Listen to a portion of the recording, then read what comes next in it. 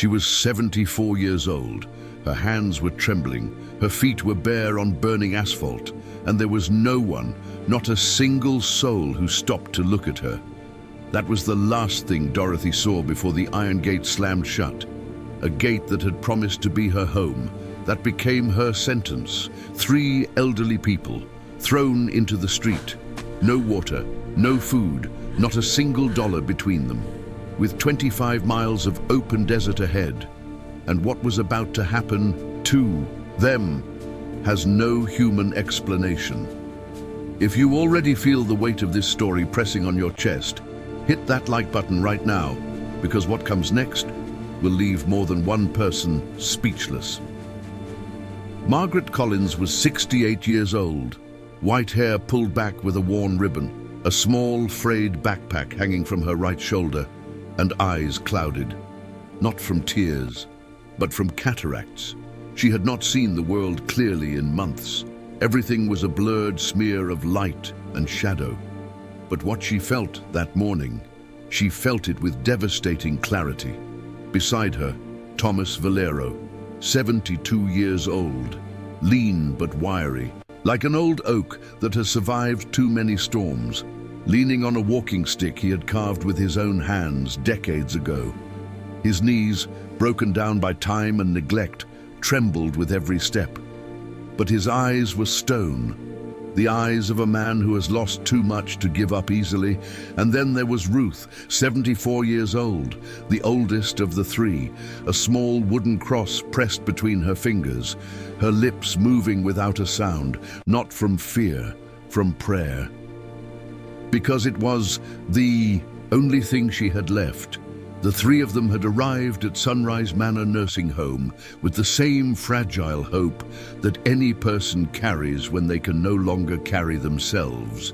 The hope that someone would take care of them, that their final years would hold some dignity, that there was still a place in this world for those who had run out of strength. But Hidden Valley, Arizona, hid far more than its name suggested.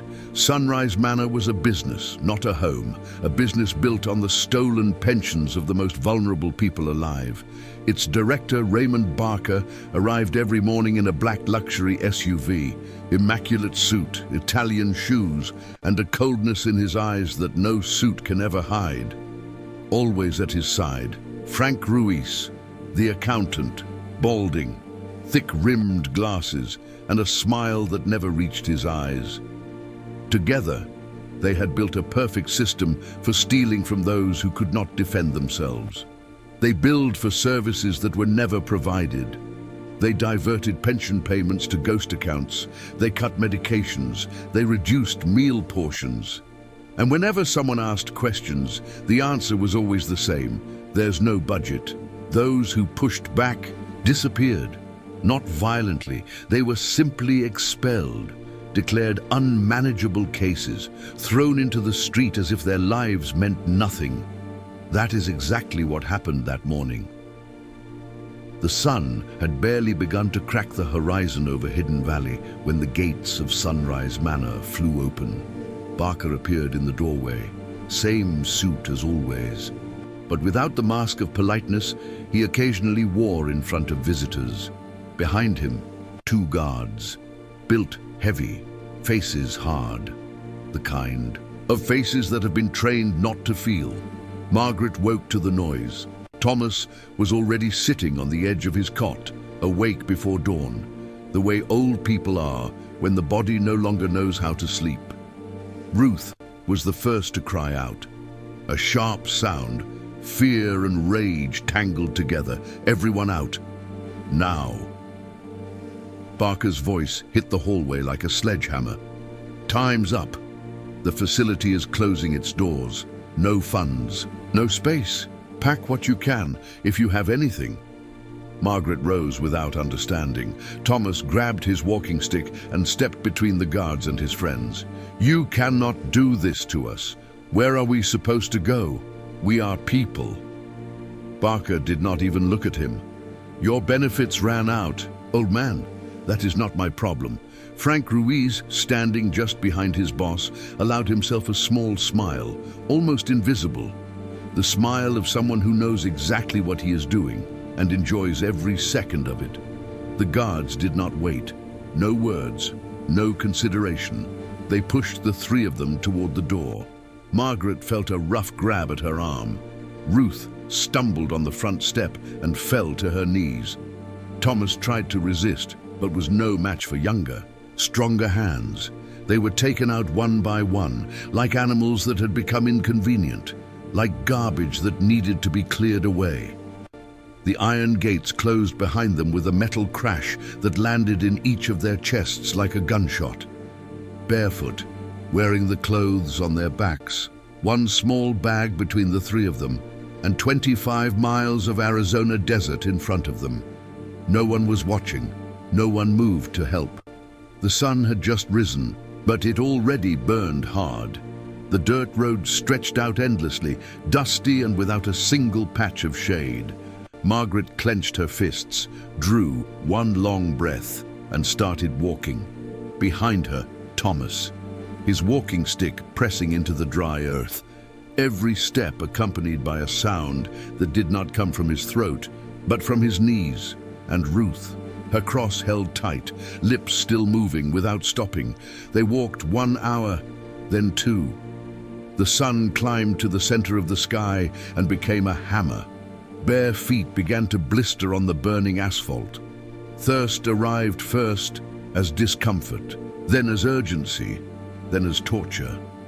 In a small roadside town that appeared along the highway, Margaret tried to ask for help.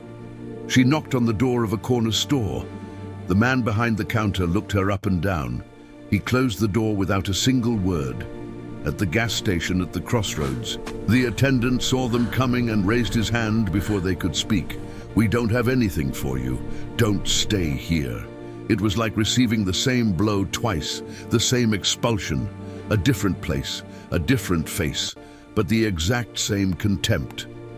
Thomas stopped at the side of the road. He pressed both hands down on his walking stick. His breath was short, broken, his knees no longer responding the way they should. Ruth collapsed under a scraggly desert tree, the only one for miles. Her skin, once warm and full, had gone grey, the grey of total exhaustion, her lips cracked by the sun. "I can't go on, Margaret. I feel like my lungs are on fire." Margaret knelt beside her, took her hands in hers. "Don't give up. Sister, he will not let us fall." But inside, Margaret was also crumbling. Her clouded eyes could barely make out the horizon. Her heart was beating too fast, and the faith that had always been her foundation had begun to crack under the weight of the heat, the hunger and the abandonment. It was in that exact moment, the darkest moment the three of them had ever shared, the instant when the desert seemed to be swallowing them whole, that they saw him, a silhouette on the horizon, alone, walking toward them, with a calm that had no place in that cruel landscape. And what that man was carrying with him was impossible. But what was about to happen to them was even more impossible than that. Stay with this story, because it has barely begun, and what comes next changed everything. What Margaret saw next, she would spend the rest of her life trying to describe, and never quite find the words. The figure moved toward them without hurry, no urgency, no rush, as if the burning sun above did not apply to him, as if the cracked earth beneath his feet was soft as grass. He was tall, simply dressed, a light linen shirt, worn but clean, a weathered face, a thick beard, and eyes so calm they felt out of place in a desert that had shown nothing but cruelty all day. He carried a clay canteen in one hand, a cloth bag in the other. He stopped a few feet from Ruth, who was still on the ground, looked at all three of them, and said in a voice that was quiet but somehow filled the open air around them, "My friends, the road has been long, but the water is close." His name was Ezekiel. Margaret did not know what to say. Thomas said nothing. Ruth, still on the ground, just looked up at him with eyes that had been dry for hours, eyes that had no tears left. Ezekiel crouched beside Ruth first. He uncapped the clay canteen and held it to her lips. The water that came out was cold, not lukewarm, not the kind of water that sits in a jug under the sun. Cold, the way a mountain spring is cold.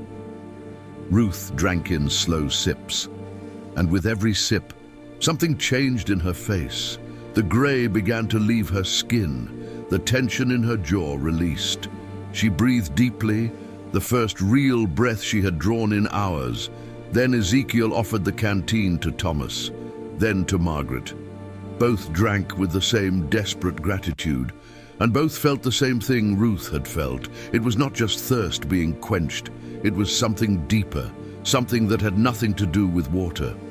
From the cloth bag, Ezekiel pulled a small loaf of bread, rustic, dense, still faintly warm, as if it had just come out of an oven. He broke it into 3 pieces without ceremony, just handed each of them a portion. Margaret took her piece and brought it to her mouth. The taste stopped her breath for a second, not because it was extraordinary, because it was exactly what she needed. Nothing more, nothing less. God does not abandon you, Ezekiel said quietly, watching them eat. Faith is the only food that never runs out. But what Ezekiel did next, that is what made Thomas's hands tremble. He stepped toward Thomas, who had been standing with both hands braced against his walking stick, trying not to show how much pain he was in. His knees had been failing him for years. Every step was a small act of suffering. "May I?" Ezekiel said. Not a question, more like a request. Thomas nodded without speaking. Ezekiel placed both hands gently on Thomas's knees. A warmth spread through them immediately, not burning, not uncomfortable, deep, like warmth that comes from inside a thing rather than from outside it. Thomas felt a tingling first, then a loosening. Then something he had almost forgotten was possible, the absence of pain. He straightened slowly, took one step without the walking stick, then another.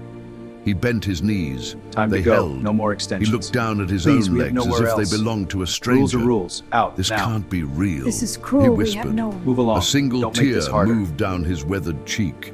Then Ezekiel turned to Ruth. She had suffered for years from a chronic weakness in her lower back. It had kept her in bed for days at a time, made simple movements feel like punishment. She had stopped mentioning it because no one at Sunrise Manor had ever done anything about it.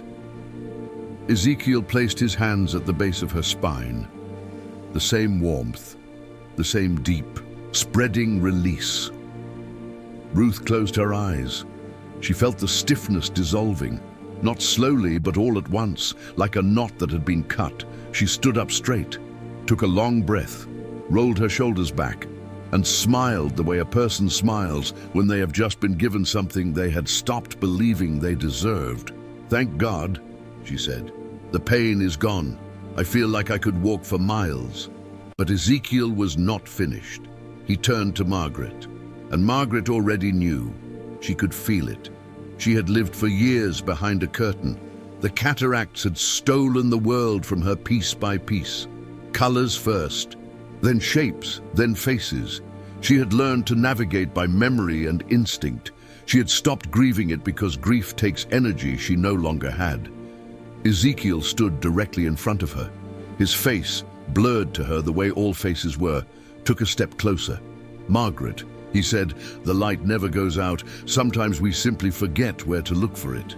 He raised his fingertips, touched her eyelids, gently, the way you close a book when you have finished reading something sacred. What happened next had no name in Margaret's vocabulary. A flash, brilliant, sudden, like a curtain being ripped away from a window that had been covered for years.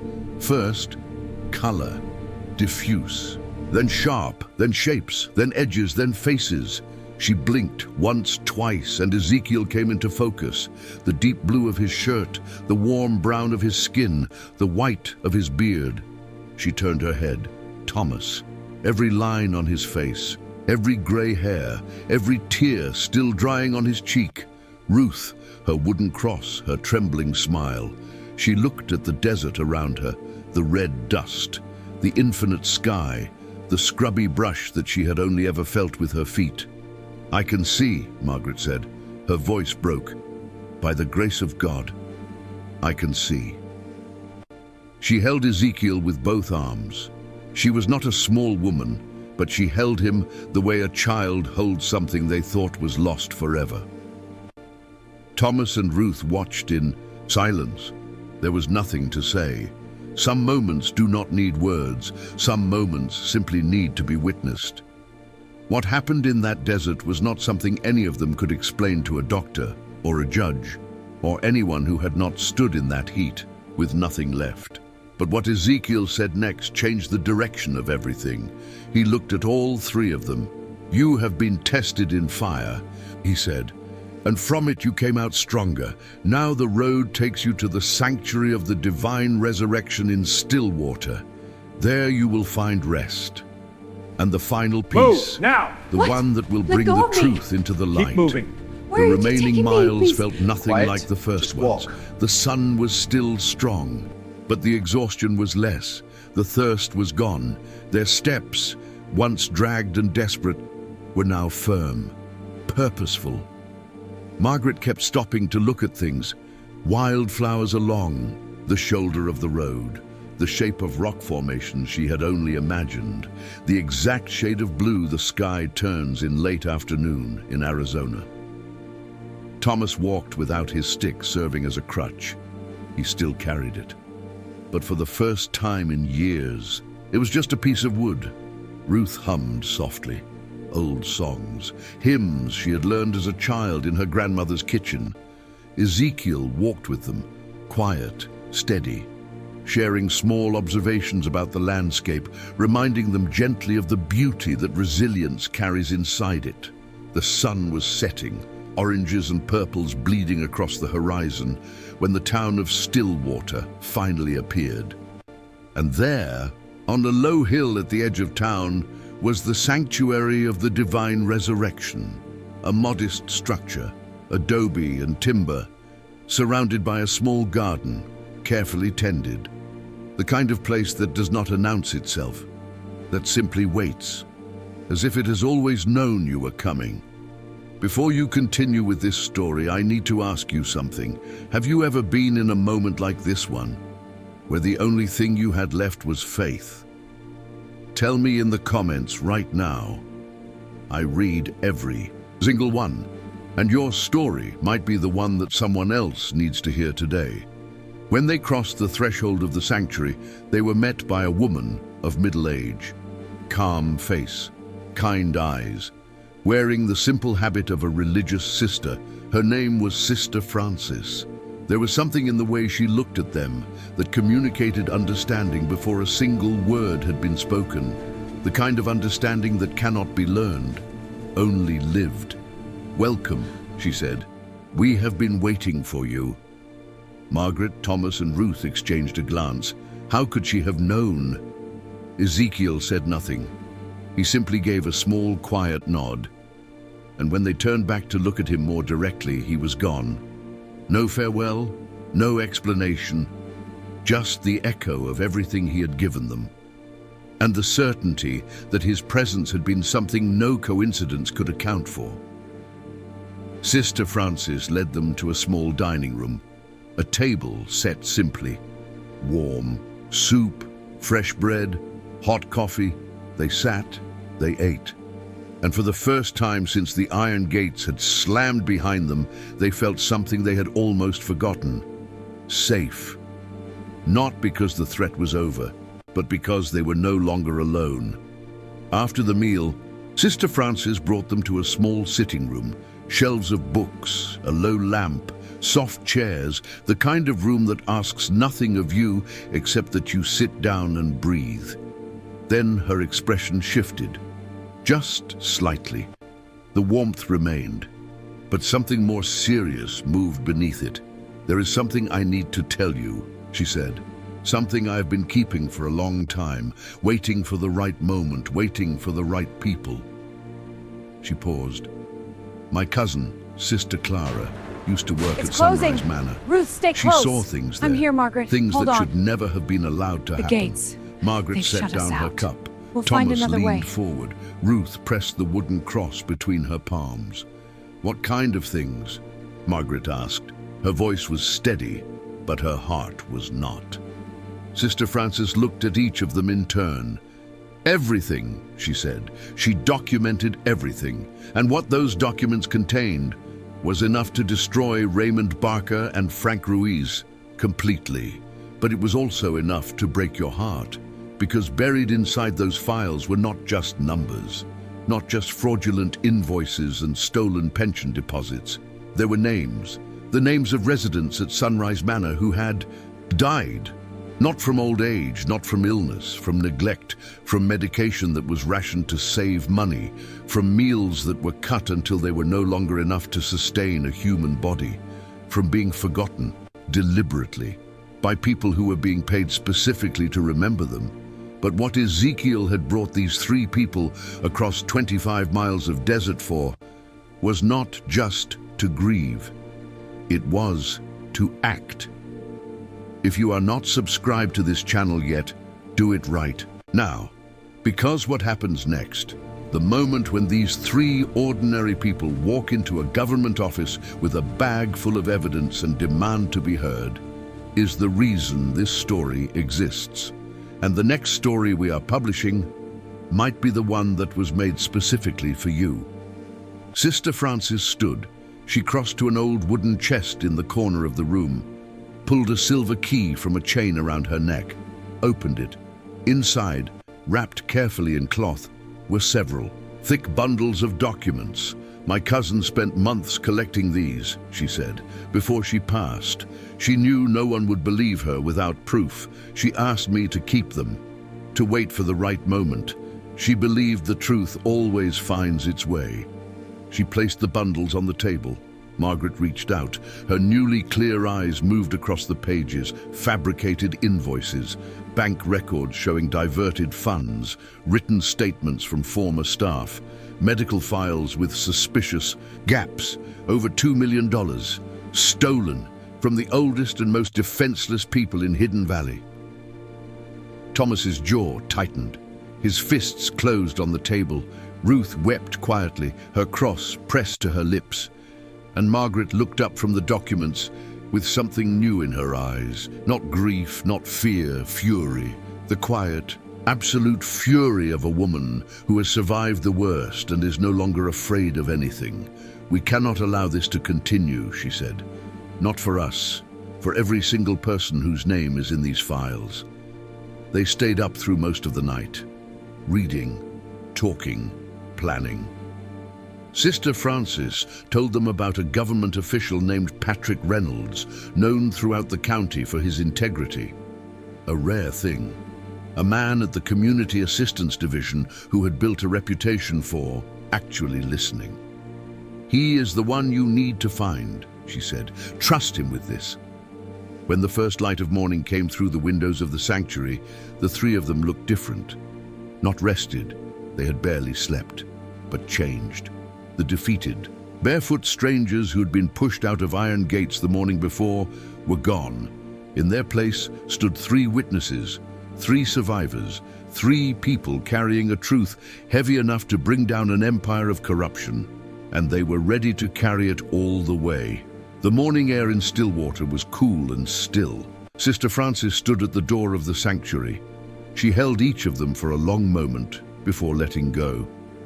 The road will not be easy, she said, but divine justice is slow only in our eyes. In God's time, it is always exactly on schedule. You are its instruments today. Margaret nodded.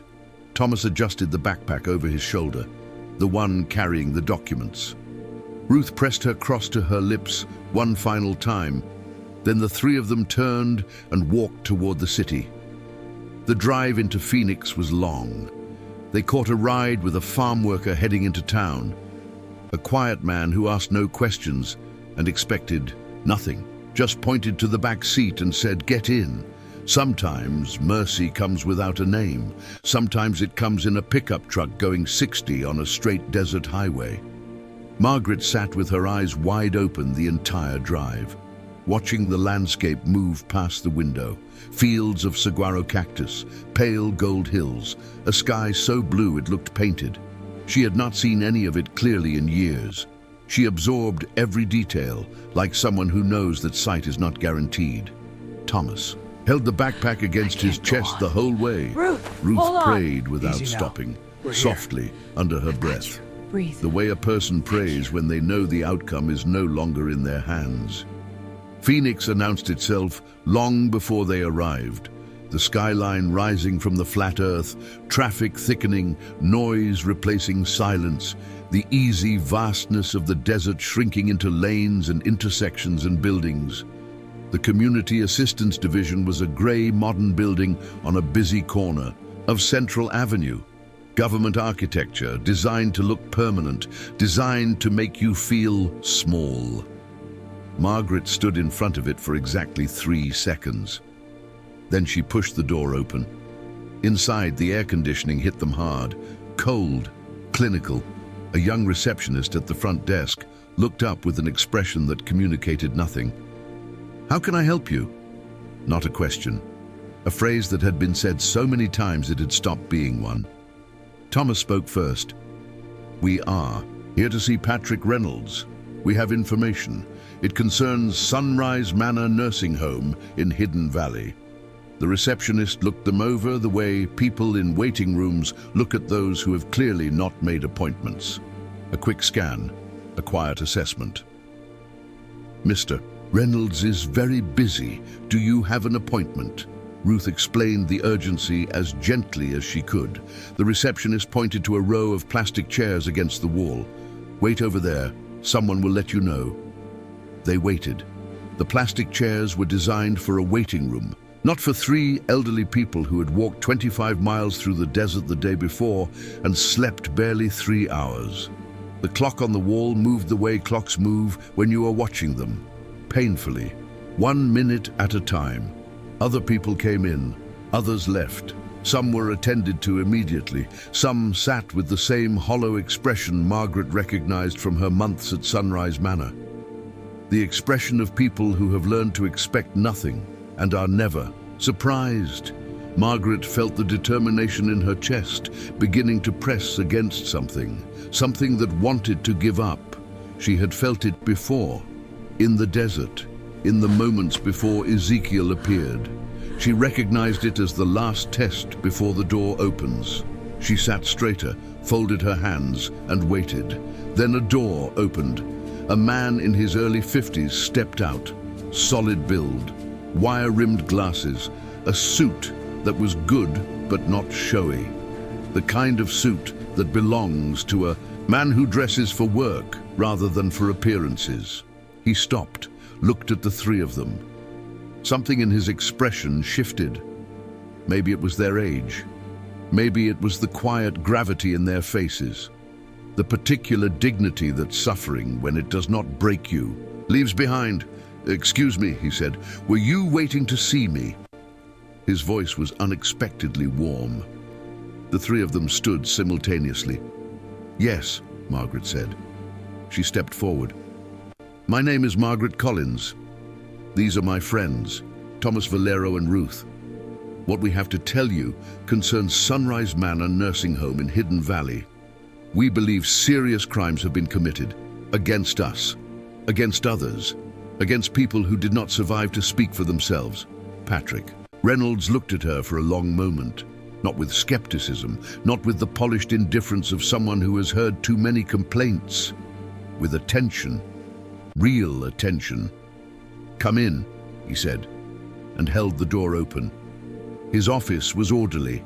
Stacks of files arranged with precision, bookshelves lined with legal codes and policy manuals, a desk that was clearly used for actual work.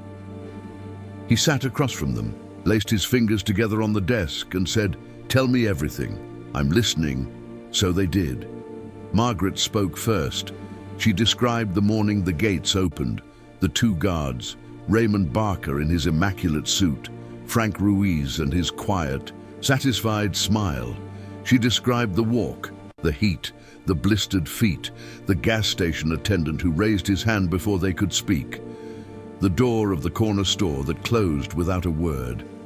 She described Ruth collapsing under the desert tree, Thomas pressing both hands on his walking stick just to stay upright, the moment when all three of them reached the bottom of what they had. She described Ezekiel, the water that was impossibly cold, the bread, the hands on Thomas's knees and what happened after, the hands at Ruth's lower back and what changed, the fingertips on her own eyelids, and what she saw when they lifted. Reynolds listened without interrupting. His expression moved through stages. Focus, tightening, then something harder, the controlled anger of a person who has made a career of dealing with injustice and has never fully made peace with it. Then Thomas spoke. He described what life inside Sunrise Manor had actually looked like, the medication that arrived late, the meals that shrank every few months, the maintenance requests that were never answered, the staff that turned over constantly because good people did not last long in a place run that way. He described the residents who had died, quietly, without ceremony, without anyone asking why. Then Ruth. She did not speak for long. She did not need to. She simply described what it felt like to be 74 years old and to be pushed through a doctor by someone half your age, and told your life was no longer worth the space it occupied. She said it plainly, without drama, and it landed heavier than anything else in the room. Then Thomas unzipped the backpack. He placed the bundles of documents on the desk, one by one. "These are from Sister Frances, he said. Her cousin worked at Sunrise Manor for 3 years. She spent months collecting this before she passed. She believed the truth deserved a witness." Reynolds picked up the first file. His eyes moved quickly. Invoices for medical supplies that were never delivered. Bank transfer records showing consistent deposits to accounts that had no visible connection to Sunrise Manor's operations. Written testimonies from 4 former employees, each describing the same patterns of neglect and financial manipulation. Medical files for residents who had died, files with gaps where standard documentation should have been, and a spreadsheet, meticulous, column by column, over $2 million, diverted, over 4 years, from the pensions of the oldest, most defenseless people in Hidden Valley. Reynolds set the file down. He removed his glasses. He pressed 2 fingers to the bridge of his nose and was quiet for a long moment. Then he looked up. "This is not just fraud," he said. His voice was very controlled. "This is criminal negligence that cost lives." He looked at the 3 of them. "I am going to need full formal statements from each of you today, and I'm going to need to make some calls." The next several hours were unlike anything the 3 of them had imagined. Reynolds moved with quiet efficiency. He brought in 2 colleagues, a recorder, a notary. Each of them gave their testimony in full, every word documented, every detail recorded. The room that had been designed for bureaucracy became something else entirely. It became a court, not an official one, not yet, but a court of truth. And truth, once spoken into a room with the right witnesses, does not easily disappear. By late afternoon, Reynolds had contacted the state attorney's office. The evidence was forwarded within hours. 2 investigators were assigned by end of day. News of what was in those documents began moving through the division like a current through water. By evening, it had reached 2 journalists who had been investigating the nursing home industry in Arizona for over a year. They had been looking for the thread. The 3 of them had handed over the whole garment. 3 days later, Raymond Barker was arrested. He was in his office at Sunrise Manor when the investigators arrived. He was in the process of shredding documents. Documents that, as it turned out, were already duplicated in Sister Frances's chest. He was handcuffed in the same room where he had made the decision to throw 3 elderly people into the street. The universe, on occasion, has a precise sense of location. Frank Ruiz was arrested the same afternoon at his home, a house that no accountant's salary could have paid for. 4 bedrooms, a pool, a 2-car garage, built entirely on the money he had taken from people who could not afford to lose it. The arrests were broadcast on local news that evening. Radio stations picked up the story the next morning. By the end of the week, it had become something larger, a story people were sharing, demanding accountability, demanding that someone explain how it had been allowed to go on for 4 years without anyone stopping it. Margaret, Thomas, and Ruth watched the coverage from a small television in Sister Frances's sitting room. Ruth cried, not from sadness, from release. The long, slow release of a weight she had been carrying since the morning those gates had closed behind them. Thomas said nothing for a long time. Then he said, "They thought we were finished." He looked at Margaret. He looked at Ruth.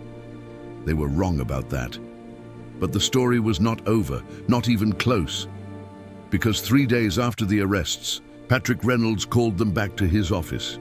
He had something in his hand, a document they had not seen before.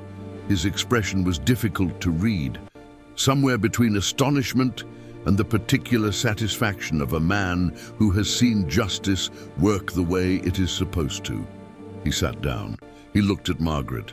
"I need to show you something," he said, "because what I found in Barker's financial records, I am not sure you are going to believe it." Margaret leaned forward. Her clear eyes, the eyes that had been returned to her in the middle of a desert by a man who disappeared without leaving an address, fixed on the document Reynolds was holding, and what she read there stopped her breath completely. Stay with this story, because what Barker had hidden inside his own corruption, without knowing it, had just become the most extraordinary gift any of them had ever received, and what they were about to build with it would outlast all 3 of them. The document Reynolds was holding was a property deed, a piece of land on the edge of Hidden Valley, and attached to it, a trust account, $300,000. Margaret's name was on both of them. She read it twice, then a 3rd time. Her voice came out barely above a whisper. "That cannot be mine." Reynolds leaned back in his chair. He exhaled slowly, the way a man exhales when reality has exceeded what he prepared himself for.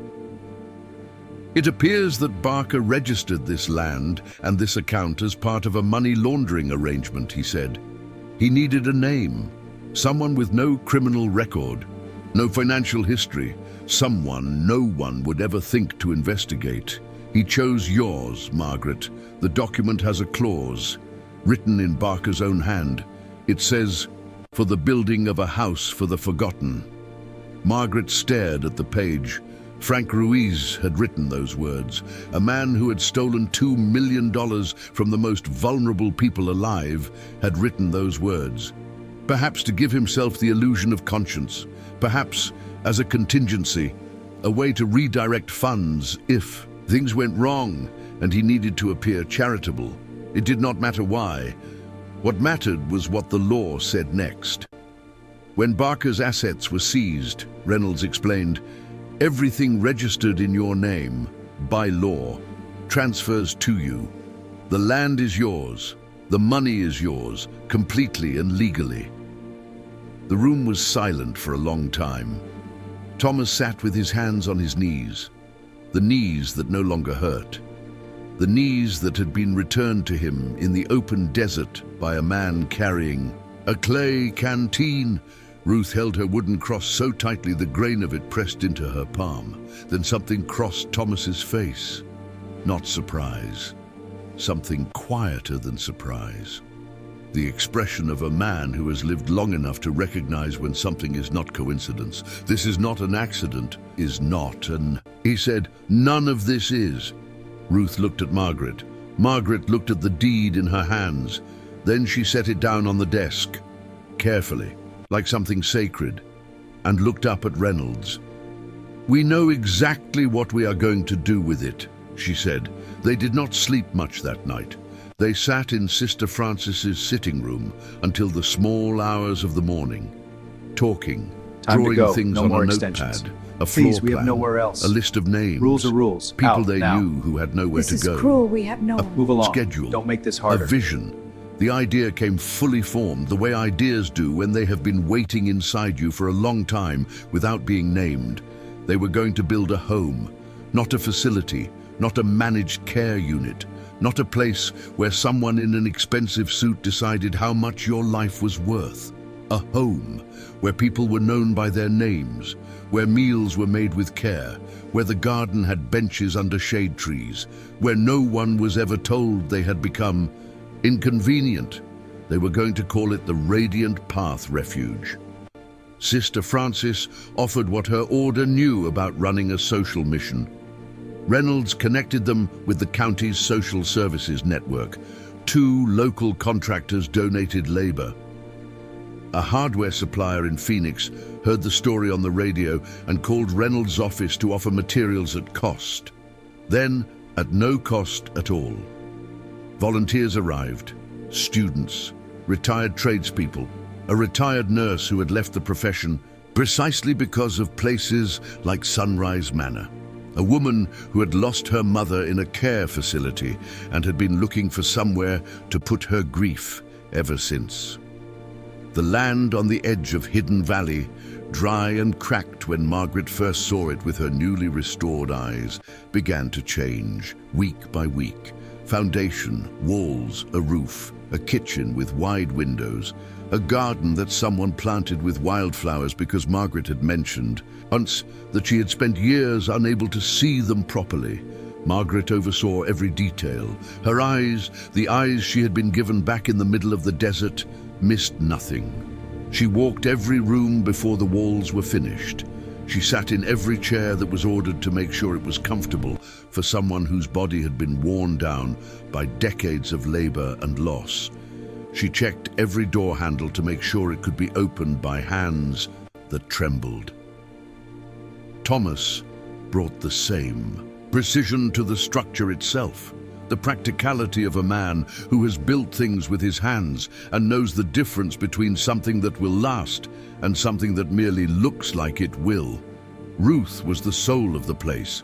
She organized the volunteers. She remembered everyone's name. She hummed while she worked, and when people were discouraged, when the project felt too large, too slow, too uncertain, she had a way of standing beside them quietly until the discouragement passed. She did not offer speeches, she offered presence, which was always more than enough. The morning the Radiant Path Refuge opened its doors was a Tuesday in late autumn. The air in Hidden Valley had finally broken from the summer heat. The desert smelled like rain, even though no rain had come. The first residents arrived that day, 7 of them, people who had been sleeping in shelters, or in the homes of relatives who loved them but were drowning, or in the particular limbo of people who have outlived their options. They came through the door and looked around the way people look around when they are trying to believe something is real. Now! What? The light, Let go of the me. clean floors, Keep moving. the smell Where of are you food taking being me? cooked Please. in an actual Quiet. kitchen. Just walk. Ruth was standing just inside the entrance. She shook each person's hand. She said each name out loud, slowly, clearly, the way you say a name when you want the person to know you have actually heard it. Welcome home, she told each of them. She meant it every single time. In the weeks that followed, the story of what had happened, the expulsion, the desert, Ezekiel, the documents, the arrests, the gift that came from the corruption itself, spread in the way that true stories spread, person to person, quietly at first, then not quietly at all. A journalist who had covered the arrests wrote a long piece.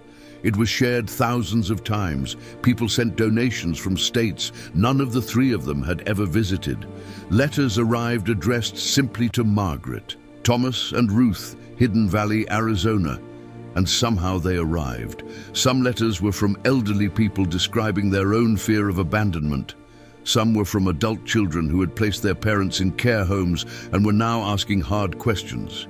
Some were just one line. Thank you for being brave. Thank you for not stopping. Then Patrick Reynolds came to them with one final proposal. He had been working with the state's Asset Recovery Office for weeks. Sunrise Manor, the building itself, had been seized as part of the criminal case against Barker and Ruiz. It had been sitting empty, a building full of bad memories and peeling paint, and the particular silence of a place that has been abandoned by decency. Reynolds believed they could acquire it, with community support, with the goodwill they had built, with the credibility of people who had survived exactly what that building represented. "What would you do with it?" he asked. Margaret did not hesitate. "The same thing," she said, "but this time we do it right."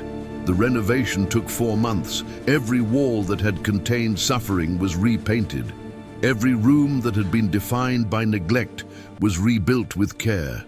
The garden that had been a rectangle of dead grass became something alive. Fruit trees, raised beds for vegetables, a path wide enough for a wheelchair, a bench at every turn. The building that had once been called Sunrise Manor, a name that had long since lost its meaning, was renamed. They called it Mercy Eternal, not as a religious statement, as a promise. On the day Mercy Eternal opened, Margaret stood at the entrance and looked at it for a long time. She thought about the morning the iron gates had closed behind her. She thought about the road, the heat, the blisters, the moment Ruth collapsed under the only tree for miles. She thought about the cold water, the bread, the warmth that had spread through Thomas's knees, the flash of light behind her own eyelids. She thought about Ezekiel, wherever he was, whatever he was. She had stopped trying to explain him. She had decided that some things are not given to us to explain, only to receive, only to carry forward. Thomas came to stand beside her, Ruth on the other side. The three of them looked at what they had built from the wreckage of what had been done to them. "All of this," Thomas said quietly, "came from that road." "Yes," Margaret said, "everything." Ruth put one arm around each of them. "It's closing." And said nothing. "Ruth, stay because close. There was nothing left here, to Margaret. say. Hold on. Only gratitude, the kind that does not fit in They've words. shut us out. The kind We'll that find another lives in way. what you build, in who you become, in the door you leave open for the next person who arrives with nothing. The light that Ezekiel had promised them in the desert never went out. It did not just survive, it multiplied. It became a home, then 2 homes, then a story that crossed state lines and country borders and landed in the hearts of people who had never been to Arizona and never would be.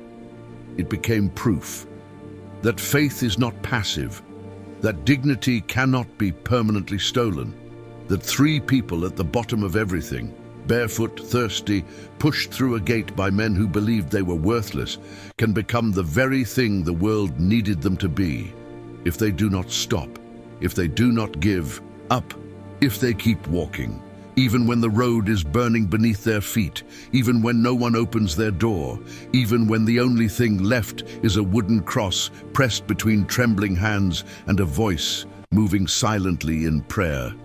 Keep walking. The water is always closer than it looks.